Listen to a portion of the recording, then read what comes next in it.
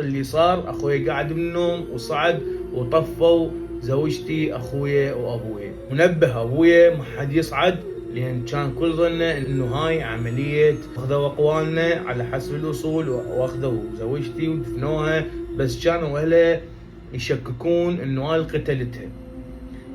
بعد التحقيقات ما يقارب سنة كاملة موهومين، العالم كلها موهومين، اهل البنية وسمعتهم صارت بالمنطقة مو هالقد، بما انه بنتهم انتحرت وهي بنتهم متزوجة، وقعد تعرفون العادات الشرقية العراقية. مرة سنة من التحقيقات عرفوا ان القاتل هو زوجها، وكان ابوه واخوه موقوفين اثناء التحقيق، وهو قليق مسوي روحه العاشق الولهان ومو القتل مرته. بس هو حاليا بقبضة العدالة، جاي ننتظر الحكم اللي يستاهله. هنا شباب وصلنا لنهاية قصتنا، ان شاء الله تكون القصة عجبتكم.